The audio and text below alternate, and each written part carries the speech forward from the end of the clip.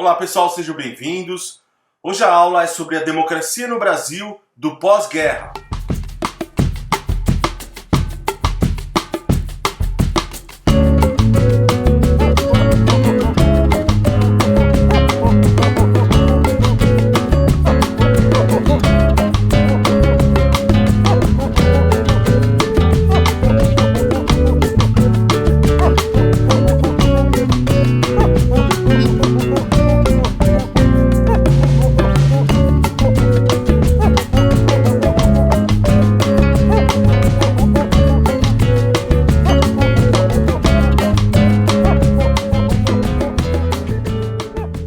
Na metade do século XX, o Brasil passava por um rápido crescimento urbano e industrial. Difundiam-se os meios de comunicação de massa, com destaque para o rádio e o cinema.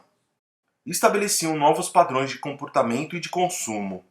O país havia participado do combate aos nazifascistas, e com o fim da Segunda Guerra Mundial, ficou evidente que o regime ditatorial do Estado Novo era contraditório com a democracia defendida pelos aliados.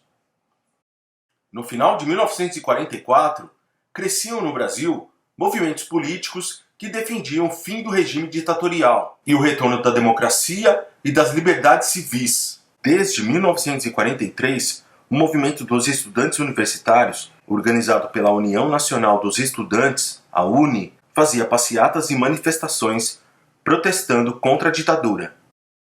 Os órgãos da imprensa, mesmo sob censura, passaram a desafiar a ditadura varguista, publicando artigos de políticos e intelectuais que criticavam abertamente o governo em nome da democracia.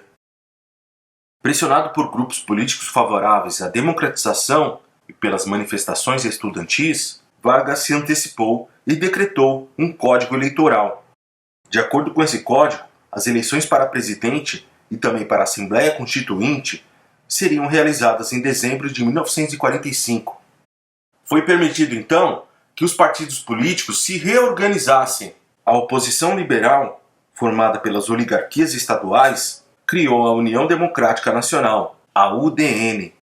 Para representar os grupos ligados, ideologicamente, ele próprio orientou a criação de dois partidos: o Partido Social Democrático, sob controle dos burocratas do Estado, e o Partido Trabalhista Brasileiro, controlado pelos sindicatos vinculados ao Estado. O Partido Comunista Brasileiro retornou à legalidade e mudou sua posição à política em relação a Getúlio Vargas. Nesse momento, o ditador representava o nacionalismo, única força capaz de conter a ascensão dos liberais da UDN, geralmente associado aos interesses estadunidenses. Diante disso, o PCB passou a apoiar sua permanência no poder, até a aprovação da nova Constituição.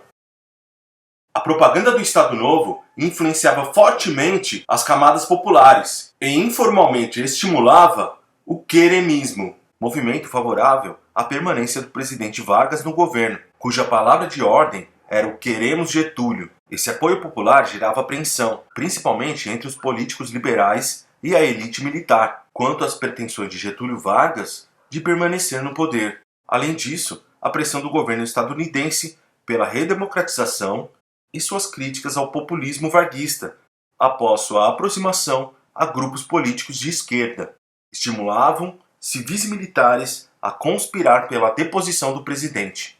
O nacionalismo econômico de Vargas também desagradava aos interesses econômicos estadunidenses e também dos liberais brasileiros. A insatisfação aumentou após o governo decretar leis combatendo a formação de trustes e cartéis, a fim de evitar a manipulação dos preços, prevendo até mesmo a desapropriação de empresas nacionais ou estrangeiras que realizassem essas práticas. Além disso, Vargas perdeu o apoio da alta cúpula militar que articulou um golpe de Estado. Em novembro de 1945, os mesmos liberais militares que apoiaram Vargas em 1937 comandaram um cerco ao palácio do governo, obrigando o ditador a renunciar. Em dezembro de 1945, foram realizadas eleições presidenciais e também para a Assembleia Constituinte, que seria responsável pela elaboração de uma nova Constituição. O general Dutra foi eleito com 55% dos votos. Na política externa, o governo Dutra foi marcado pelo fortalecimento dos laços políticos com os Estados Unidos. O Brasil passou a apoiar os Estados Unidos na Guerra Fria e rompeu relações diplomáticas com a União Soviética. Além disso, o PCB foi novamente posto na ilegalidade e parlamentares comunistas tiveram seu mandato cassado.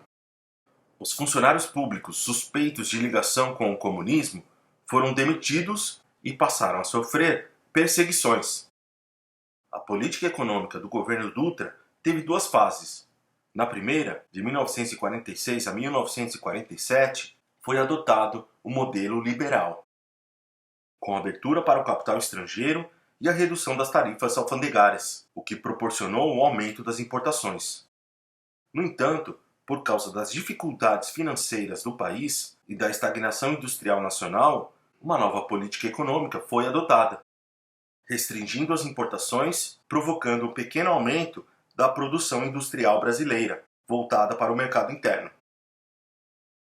Essas medidas não foram suficientes para controlar a inflação e melhorar as condições de vida das camadas populares, que passaram a protestar contra o congelamento de salários que não eram reajustados desde 1942. Em 1950, Getúlio Vargas foi candidato à presidência da República pelo PTB. Em sua campanha, ele explorou o contraste entre as realizações trabalhistas de seu governo e o descaso com que o governo liberal de Dutra havia tratado as questões sociais. Na época, o combate entre nacionalistas e liberais se intensificou, principalmente entre os militares. Na década de 1950, muitos grupos políticos se uniram a uma das duas tendências majoritárias. Aos liberais, juntaram-se os anticomunistas radicais, formando o grupo político dos conservadores, representado principalmente pela UDN. Eles compunham a maioria entre as oligarquias rurais e a alta burguesia comercial, industrial e financeira. Os conservadores contavam com o apoio dos grandes capitalistas estrangeiros. Os nacionalistas, por sua vez, receberam apoio dos comunistas, compondo o grupo político dos progressistas, representado principalmente pelo PTB. Esse grupo era formado em sua maioria pelos operários e demais trabalhadores urbanos e também por intelectuais. Assim, por meio de uma campanha que enfatizava os interesses nacionais, Vargas foi eleito presidente em 1951. Sua política foi marcada pela consolidação dos direitos trabalhistas e também pelo desenvolvimentismo, impulsionado pelo projeto de industrialização nacional. A partir de 1953, Getúlio Vargas ampliou sua política nacionalista. Ele criou a Petrobras, empresa estatal que passou a deter o monopólio da extração de petróleo no país e duplicou o valor do salário mínimo. Essas medidas serviram de pretexto para os conservadores intensificarem seus ataques ao governo. As críticas mais duras a Getúlio Vargas, porém, eram feitas pelo jornalista Carlos Lacerda, dono da Tribuna de Imprensa. Ele acusava o governo de corrupção e fazia críticas à sua política econômica, marcada por uma crescente inflação. Em agosto de 1954, no Rio de Janeiro, Carlos Lacerda sofreu um atentado, no qual morreu o major da aeronáutica Rubem Vaz, seu guarda-costas. Um inquérito aberto pela aeronáutica apontou como mandante do crime o chefe de segurança de Vargas, Gregório Fortunato. Esse episódio fez aumentar as pressões pela renúncia do presidente. Passados alguns dias, um manifesto assinado por generais da aeronáutica, do exército e da marinha foi entregue a Getúlio Vargas, exigindo seu afastamento do cargo. Alguns dias depois, na madrugada de 24 de agosto, o presidente suicidou-se. Após a morte de Getúlio Vargas em 1954, o vice-presidente Café Filho assumiu a presidência do Brasil. Durante seu governo, as divergências políticas entre conservadores e progressistas se acentuaram, provocando acirradas disputas partidárias. Nas eleições presidenciais realizadas em 1955, venceu Juscelino Kubitschek, conhecido como JK, candidato pela coligação PSD-PTB, e João Goulart foi eleito vice-presidente. Porém, grupos militares e civis conservadores passaram a articular um golpe para impedir que JK tomasse posse. Diante disso, militares que ocupavam altos cargos públicos, preocupados em manter a ordem democrática, desferiram um contragolpe liderado pelo Marechal Henrique Lott. Foi então estabelecido o estado de sítio no país, que garantiu a posse de JK e seu vice em janeiro de 1956. Durante seu mandato, Juscelino demonstrou ser um político capaz de lidar com os interesses tanto de aliados quanto de opositores. Com isso, ele conseguiu manter um equilíbrio de forças, conciliando interesses de políticos, militares, estudantes e trabalhadores. Como presidente, JK adotou uma política conhecida como desenvolvimentismo. Ele afirmava que durante seu governo, o Brasil cresceria 50 anos em 5. Para cumprir sua promessa de desenvolvimento acelerado, JK estabeleceu plano de metas, que previa grandes investimentos em áreas importantes para a modernização do país, principalmente nos setores industrial, energético e de transportes. JK adotou o princípio progressista de intervenção planejada do Estado na economia. Ao mesmo tempo, manteve a medida conservadora de entrada livre de capital estrangeiro no país, por meio de empréstimos e de importação de máquinas e equipamentos. Durante seu governo, a produção industrial cresceu principalmente em áreas como metalurgia, siderurgia, petroquímica e bens duráveis, gerando milhares de novos empregos. Foram instaladas diversas empresas multinacionais estrangeiras no Brasil, produzindo bens de consumos duráveis como automóveis e eletrodomésticos, e mudando os padrões de consumo dos brasileiros. No entanto, apesar da euforia provocada pelas novas mercadorias produzidas no Brasil, a situação econômica do país não melhorou, e grande parte da população não foi beneficiada pelas melhorias, mantendo-se em situação de pobreza. Embora JK tenha cumprido grande parte dos objetivos do plano de metas, os empréstimos feitos pelo governo acarretaram um grande aumento da dívida externa do país. Logo, iniciou-se um período de crise marcado pela alta inflação e o desemprego. A construção de Brasília contribuiu para o projeto de integração nacional, diminuindo a influência do eixo Rio-São Paulo sobre as demais regiões. Brasília foi inaugurada em 21 de abril de 1960, tornando-se a nova capital federal.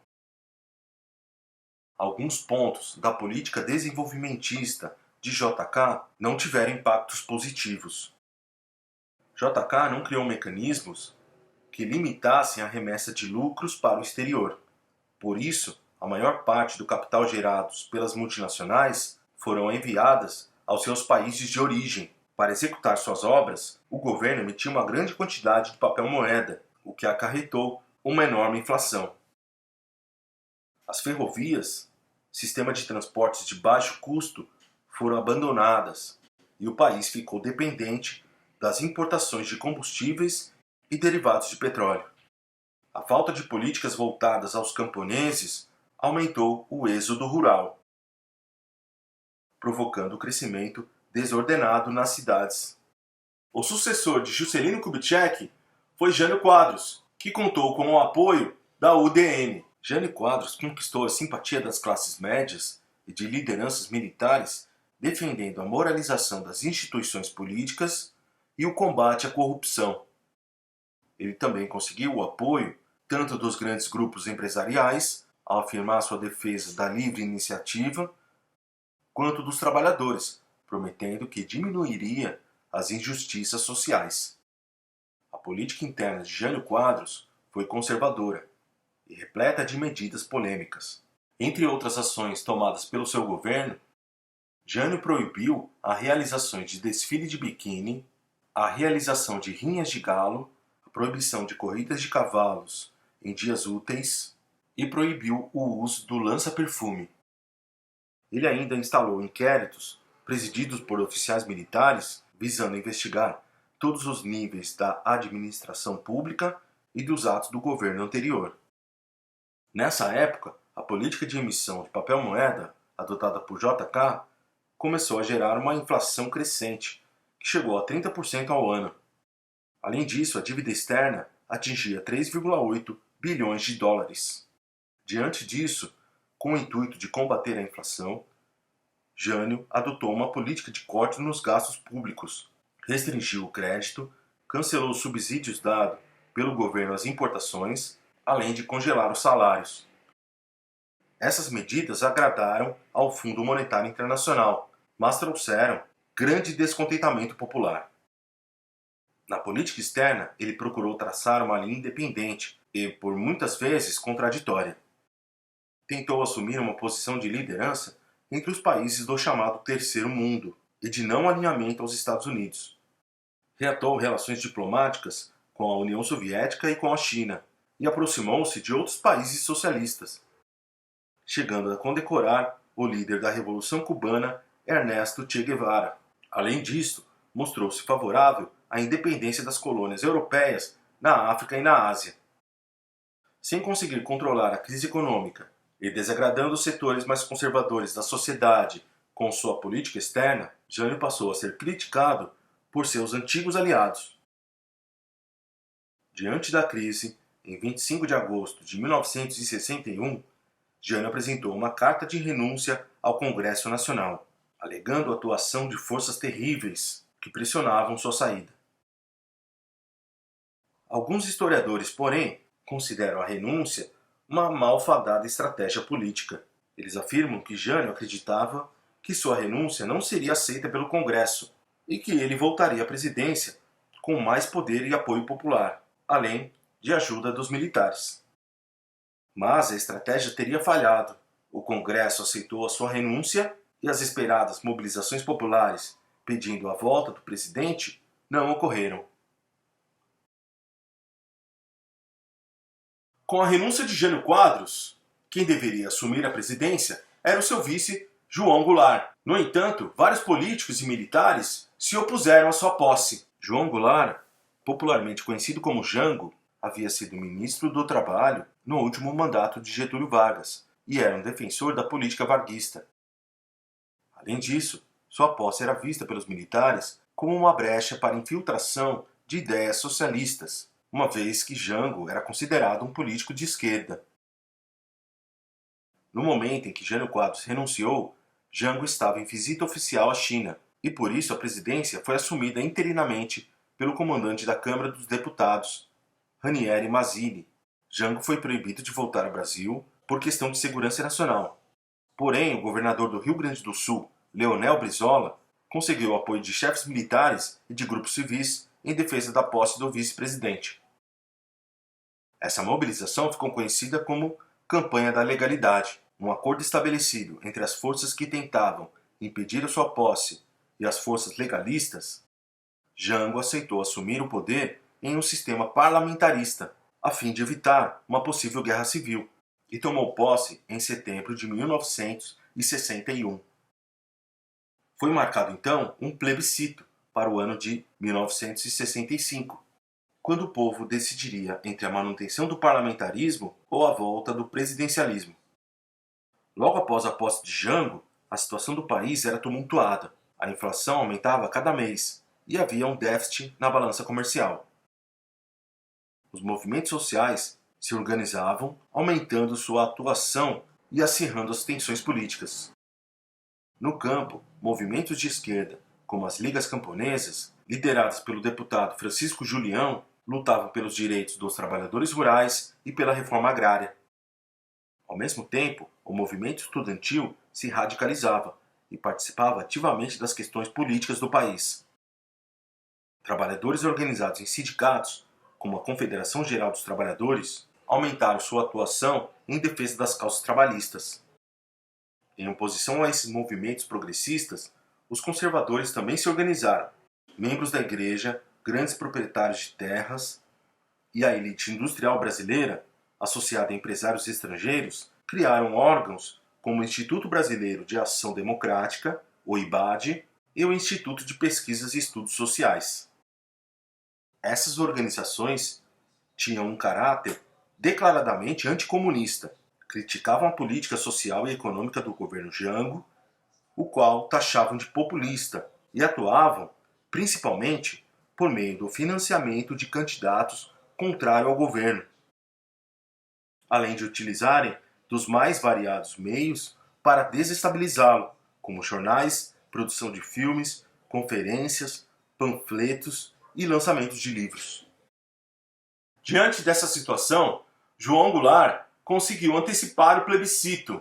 E em janeiro de 1963, a população decidiu pelo retorno do presidencialismo.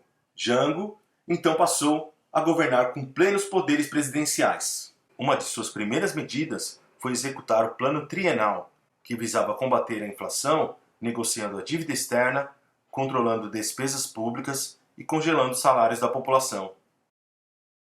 Essas medidas, consideradas conservadoras, porém provocaram o descontentamento das camadas populares e de setores de esquerda, resultando em uma série de greves e manifestações. Desse modo, as ações de Jango passaram a ser vistas com desconfianças tanto de grupos de esquerda, que exigiam reformas mais radicais e que realmente favorecessem os trabalhadores, quanto por grupos de direita, os quais acreditavam que o reformismo do presidente estava sendo realizado nos moldes de um governo socialista. O programa de governo de Jango baseava-se nas chamadas reformas de base, que previam várias medidas de grande impacto. Na área social, propunha a reforma agrária, visando o fim das disputas pela posse da terra, o que beneficiaria milhares de agricultores que não tinham acesso a ela.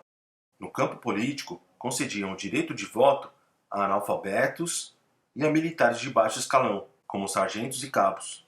Na economia, as medidas tinham cunho nacionalista e propunham a estatização de empresas concessionárias de serviços públicos, da indústria farmacêutica e dos frigoríficos, além da regulamentação de remessa de lucros das empresas estrangeiras para o exterior. Previam a estatização de refinarias de petróleo privadas, que passariam a ser administradas pela Petrobras. A reforma de base provocaram reações das elites, principalmente do setor industrial e agrário. Essas elites, aliadas à classe média, organizaram várias manifestações contra o governo. A maior delas foi a Marcha da Família com Deus pela Liberdade, ocorrida em 19 de março de 1964, que levou cerca de 500 mil pessoas às ruas de São Paulo. Assim, a manifestação civil deu respaldo aos militares que organizaram um golpe de Estado deflagrado em 1º de abril de 1964, ocupando as ruas das principais cidades brasileiras. Deposto, João Goulart se refugiou no Rio Grande do Sul e em seguida exilou-se no Uruguai. Bom, é isso aí, pessoal. Até a próxima. Tchau, tchau.